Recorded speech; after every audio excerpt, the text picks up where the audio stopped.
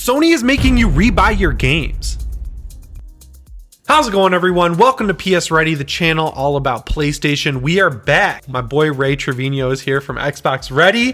Are you ready to talk about some PlayStation? I'm ready to talk about PlayStation. I've been playing Stray non-stop. I haven't. I don't like cats, so. What? I'm severely allergic to cats. You ain't gotta like cats to play this game. It's quality. It has a dedicated meow button. You're really selling me. I've been playing The Quarry, which apparently sold 85% more copies on PS5 than Xbox Series X, which is insane. I highly recommend this game. It is on sale right now for $40. I have seen so many different types of movies that use the monster that The Quarry uses, and none of them are as good as this. I want this to be adapted into a full-on feature film. It is that good. But yeah, really love The Quarry. I'm sure Stray is great. Our cameraman Rich loves it. Yeah, Stray is great. I've been having a good time with it, but it looks like it caused some problems for PlayStation. Is that right? Yeah, there was like a perfect storm of stuff going on. I kind of talked about this in my last video, but the PlayStation Network was down for quite a long time on the day where all this stuff launched. So on the same day, you had a 7-day free trial available for PlayStation Plus Extra. Okay. So anyone who makes a new PS Plus account can just take advantage of a 7-day free trial. You also had Stray launching into PS Plus for free, which is like Annapurna Interactive's biggest game ever. It is doing huge numbers on Steam, which is where you can see concurrent players. I think their last game that was their biggest was like 8,000 or 9,000 concurrents, and this one was sitting at like 55,000 concurrent players, which is nuts. And then also Final Fantasy VII Integrate, the PS5 version, launched into PS Plus Extra on top of a bunch of other games. The PlayStation Store could not handle it, and it buckled under the weight of Sony's shitty netcode that they refused to make better, despite having the PlayStation Store go down for an entire summer and the PS3 generation. That was pretty bad. And obviously we experienced this over on Xbox's side. But yeah, so that happened though. That's why I'm talking about this in this video. What happened to you guys, which I said would never happen to PlayStation 5 players,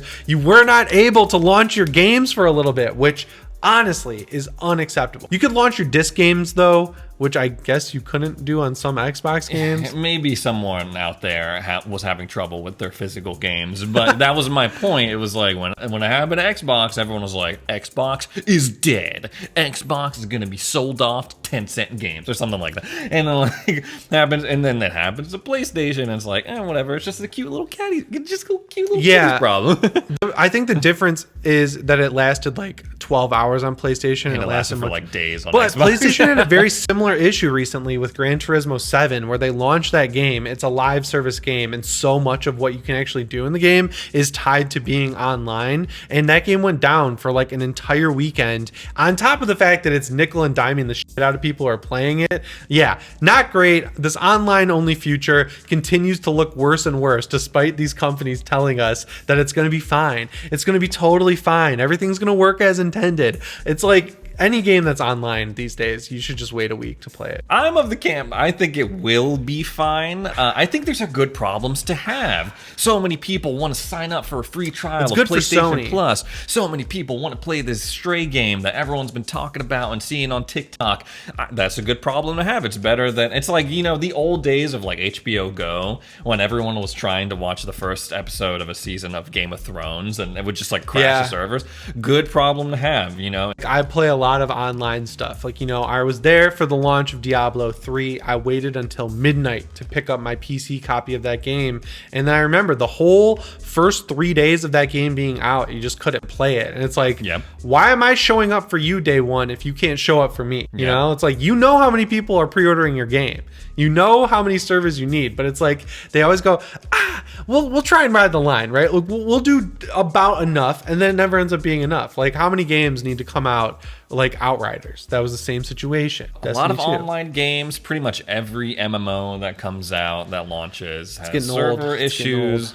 Yeah, it does get a little bit old, especially when you build up the hype saying that, oh, play this game at this date, and then you log in and there's like, you can't. The real reason this is an issue this gen though, which is how the like Sony is making you rebuy your games thing comes into play, is that both Xbox and Sony are selling consoles that can't use discs. So if you bought the Xbox Series S or you bought the PS5 digital, you're kind of SOL on being able to play a lot of these games when the networks go down.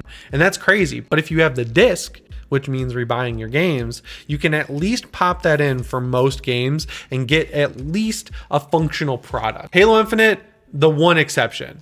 Yeah, because the disc for Halo Infinite. Yeah, they went PC on that one. The like activation code on the disc. Yeah, I mean, obviously it is ideal to have the option to do both, right? Have a PS5 with a disc drive, an Xbox Series X, that you can play games digitally on cloud, but also have that disc. I don't know if it's to the point where people should panic because, you know, like you said, it was only a couple of 12 hours for a PSN being down.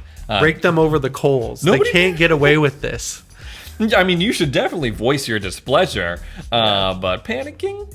I mean, don't panic. I mean, it's video games. Don't go crazy, but don't let this stuff slide either. You know, you can't keep letting Sony get away with this because they used to be the company that didn't do shit like this. And now they're moving towards this live service, 10 live service games future. I can already see the future of The Last of Us multiplayer games launch day. We're going to be sitting down to play some Tarkov Light. We're going to clean up, and then we're going to get booted from the game because too many people are on it. You know, it's just going to be another sucky time for the first week of its launch. I have faith.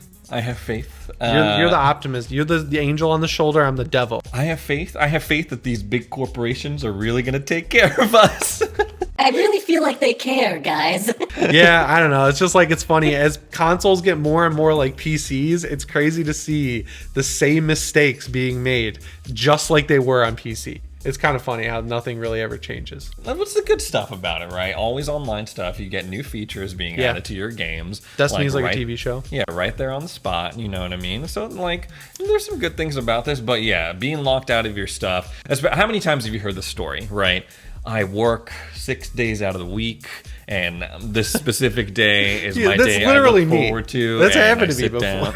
I sit down. This is like my special time for gaming, and then I booted up my console only to find out that I couldn't freaking log into my account or play my games. I haven't had that problem in a long time because Steam downloads patches in the background. It's kind of awesome. So this extends to discs as well, though, because Persona 5 Royal, it's coming to PS5 this fall.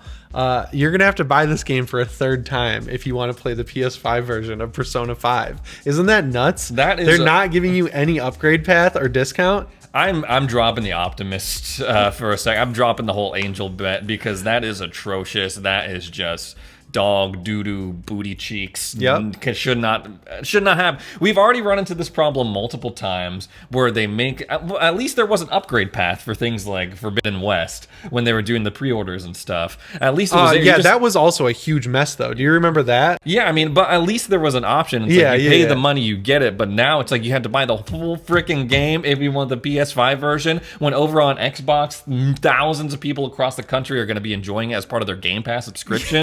That is unexcusable. It's crazy because they already had it in the PlayStation Plus collection. I think it was just the regular version of Persona 5, but like still they had it in there, and they went that extra 2 steps and took out Persona 5 from the PS Plus collection. And now they're like, yeah, hopefully you weren't planning on playing this new PS5 version, which we don't know, to be fair, how big the upgrade is going to be visually. I would guess the PS5 version is just going to run at 60 frames per second. Well, what we've seen so far with the comparisons of Xbox Series X, Switch, and PlayStation 4, the original one, it's not that big of a difference. Right. I mean, some of like the in between, like when you're roaming around the city and stuff, looks a little bit cleaner, a little bit sharper, but it's not that big of a deal. Because this is a PS3 game at its core. Yeah. It came out on PS3 like 2 years before it came out in America on PS4. Yeah, and that's why it looks just fine on Switch when you see some of like the previews for it, because it's like this game ran at 30 FPS originally, so it's like it's going to be running the same on your Switch. Yeah. So yeah, not that big of a deal, I guess, if you want to skip out on the PlayStation 5 version, but still, it's like, it's weird. It's weird. I'm just going to say it's weird. And a similar thing is happening with The Last of Us Part 1 right now, where 6 minutes of gameplay have leaked, and despite the fact Hold on. Didn't this already happen? Yeah, like, didn't The Last of Us Part 2? the entire story leaked before it came out, and people got really upset about stuff that wasn't even in the game. Yeah, that was really cool. I love that, because that was definitely my game of the year that year. I still think this game is awesome. But yeah, The Last of Us Part 1 gameplay leaked, and apparently the person who leaked it, which looking back, like Ray said, to The Last of Us 2 leaks, if you're believing these leakers wholesale, you're kind of crazy. They're saying that there's no gameplay improvements, so that's all a visual overhaul. So what we were excited about was having Last of Us 2 combat in Last of Us Part 1. Yes. So you're saying there's none of that, if we're believing this leaker. This is what the leaker is saying, but if you go look at the product descriptions of The Last of Us Part 1, like you look at the announcements, you look at what's been said about the game by Sony, they're very explicitly clear that there are gameplay improvements to bring it more in line with The Last of Us Part 2. So once again, the leaker looks like they're just making stuff up based on 6 minutes of gameplay. I'd get it if it was a studio like Activision or Ubisoft saying, oh yeah, guys, trust, or EA saying, trust us, guys. There's huge gameplay improvements. It's not all visual. But this is Sony, guys. This is Naughty Dog. This is the crown jewel in Sony's crown. Like, I don't think we have to worry about Naughty Dog just doing a visual remaster and charging $70 for it. I still think it's a little egregious because we're not getting the multiplayer as a free inclusion with this, but still, I don't think it's just going to be a visual overhaul. I think we're going to get some gameplay improvements as well. Well, that's the big argument of it, right? It's like they're just using Last of Us 2 engine, slapping it on, as Last of Us Part 1, which I'm fine with. I think it's overpriced though. Yeah, for full $70. I don't really know, and I know a lot of people are sad about it. Sony fans on Twitter are just freaking savages, man. I know, Naughty Dog posted that thing about comparing Tess, Last of Us Part 1, and how it looks in the remake. And they tweeted, they were like, check out this glow up, referring to the more nuanced facial expressions. She does and look things more human. But and then people were like, she's not as hot. This sucks. She was way hotter in the remaster. It's crazy. It's like Star Wars fans and a lot of Sony fans are very similar to me in that they hate the thing they're a fan of. They come out with The Last of Us, right? It's like one of the best looking and playing games ever made. And they're like, nah, Tess isn't hot enough. They come out with Horizon Forbidden West. Aloy doesn't look like she woke up in the morning and put on a whole Sephora makeup kit in the post-apocalypse where people don't even have makeup anymore. People are sharing this screenshot where they used Face App to do a glow up filter on her. They're like, this is what Aloy should look like. It's insane. But yeah, I go back every Halloween and I play The Last of Us 1, the remaster. There are a ton of people saying oh, it still holds up. Why are we remaking it? There are two major things that definitely do not hold up in that game. It's the fact that the camera has to stay above your feet because you are literally magneted to the ground in that game, and it feels extremely weird. Also, they gotta fix the shooting. The shooting in The Last of Us 1 gets worse and worse every year that I play it, because that was the PS3 generation of Naughty Dog where they had Uncharted 3 shooting, which is decent, but it's not good. That was before they figured out shooting in Uncharted 4 and The Lost Legacy, and after that, it's so much better. The Last of Us Part 2's combat, I would say, is on par, at least, if not a little better, than what we saw in the Resident Evil 2 and 3 remakes, which I feel are the gold standard of survival horror third-person shooting action. Actually, not too long ago, played through The Last of Us Remaster as part of the PS Plus Classics situation that they offer, and I do agree with you. The kind of lows in the game were these major gunfights. Yeah. The level where there's that sniper at the end of the cul-de-sac at that house, and you have to duck through. It wasn't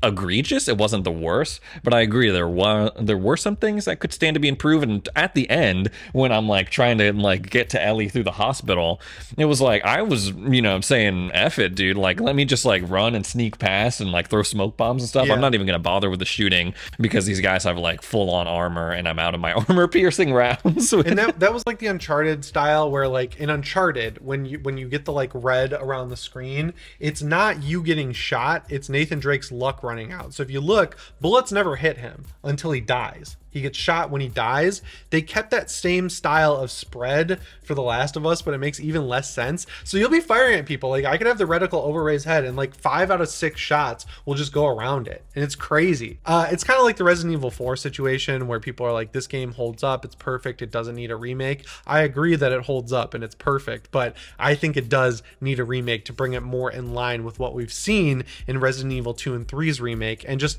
the advancement between The Last of Us 1, even the remaster, and The Last of Us Part 2 from just a gameplay perspective alone. I think it's worth going back and touching on, and I don't think it's worth getting mad at Naughty Dog because they're not setting the price on the game. Jim Ryan is sitting in his little castle being like, ha, these gamers will pay $70. And you know what? He's right. It just sucks because Sony used to not be that way. It's just funny that Naughty Dog and The Last of Us franchise, it's like they, like you said, are the crown jewel of Sony. Last of Us Part 2 raked in many awards over its time. And I can't, it's funny to see, like, you know, you have this beloved studio, but every time they released a game or a project, it is like the most controversial thing. It's like everyone is arguing about it on Twitter and Reddit and like butting heads. Like, so really? It's like you can't get anything survival horror these days without some sort of controversy or someone taking the like lead villain and putting a Speedo on them. It's like, I don't understand why horror movies get taken so seriously and are awesome, and anytime a horror game comes out, someone's got to complain that it's too scary and get an accessible mode where all the monsters are gone or something like that. It's just crazy. This whole thing where Sony, the online went down and you couldn't play your games, that sucks. They got to address that. They won't, but they should address that. Their live services, they got to figure out how to launch them and not have them be broken for the entire first weekend. And The Last of Us Part 1, let's wait and see before we jump too far into judgment on how improved the gameplay is, because I'm gonna say something crazy. Naughty Dog has earned the benefit of the doubt. I'm gonna wait till it goes on sale, and if you play it and you're like, holy crap, this is amazing, you got to pick it up, I'll do it. I'm biased. I'm biased. I need a new Halloween game to play. But yeah, let's let everyone call me an Xbox in the comments, because we got to talk about some area where Xbox actually has beaten Sony. Yeah, I was shocked, honestly. Me too. I was shocked that I was like, Xbox got this before PlayStation. It's crazy. Like, they never get anything before PlayStation. But what are we talking about? They don't even get their own games before PlayStation. What are we talking about? I'm talking about Discord coming to Xbox consoles. It's being tested in the Xbox Insider program right now, and it's going to be a little thing that appears on your dashboard sidebar that lets you connect to Discord voice chat for other users. Like I said, like, Xbox doesn't even get their own stuff on their console before play. Like, we still don't have Deathloop, Ghostwire Tokyo, Forspoken is going to be Xbox probably is like, tied I'm up. my life out here, man. I'm like, bro, it's like, dang, they finally scored a win. This is great. So this is like an extra level of crazy, because Sony, after Microsoft's big deal where they offered, what was it, like $12 billion to buy Discord, fell through. Sony was like, well, we'll just give them a bunch of money so we can invest in it. And then they got Discord connection to the PS5, so you can make it so people can see what PS5 games you're playing on your Discord account, which, like, whoa, crazy. Xbox has had that for a long time though. Yeah. So I feel like Sony kind of got the rug pulled out from under them here. You know, they invested all this money, and then Discord goes and turns around and teams up with Xbox. This is crazy. Because for the longest time, I thought, Xbox didn't want Discord voice chat on consoles because they were trying to push their own party chat, own game chat, and they were doing some Discord-like things.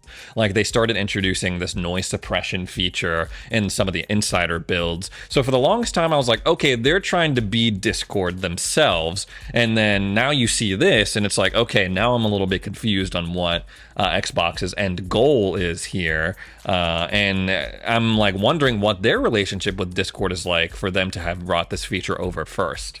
It's crazy because it kind of, like, you can see why Sony wouldn't want Discord on their console instead of their service, because it kind of cheapens them a little bit. It makes them look like they can't figure out a better solution to shareholders. Kind of talked about this in your video, but still, if Xbox is doing it, Sony's got to counter and just get it as well. We got to have the Discord full app, because it's not like Discord is that amazing, right? It's not like this revolutionary service that's like changing the world. It's just the chat app everyone uses. And it's cool that you can like get in the chat room super easily with your friends. And you were saying your wife in our other video, she uses it, right? Like she uses it, yeah, specifically for like Animal Crossing insider turnip trading. But there's so many communities that come together on Discord that I think it would be beneficial for people to have them on console as well. And I think that people are starting to realize that. Everyone uses it, and they've figured out like basic features that other platforms haven't figured out yet. Noise suppression on Discord is like way better than anything that we've seen on consoles. I know that for a fact because whenever I'm in game chat or proximity chat on my Xbox or my PlayStation, it's like I hear freaking people in the background vacuuming, people using their microphones that are built into their freaking DualSense controller that sound like absolute butt. I have a window AC right next to my computer, and Discord is good enough at filtering that out where no one hears it, which is pretty cool.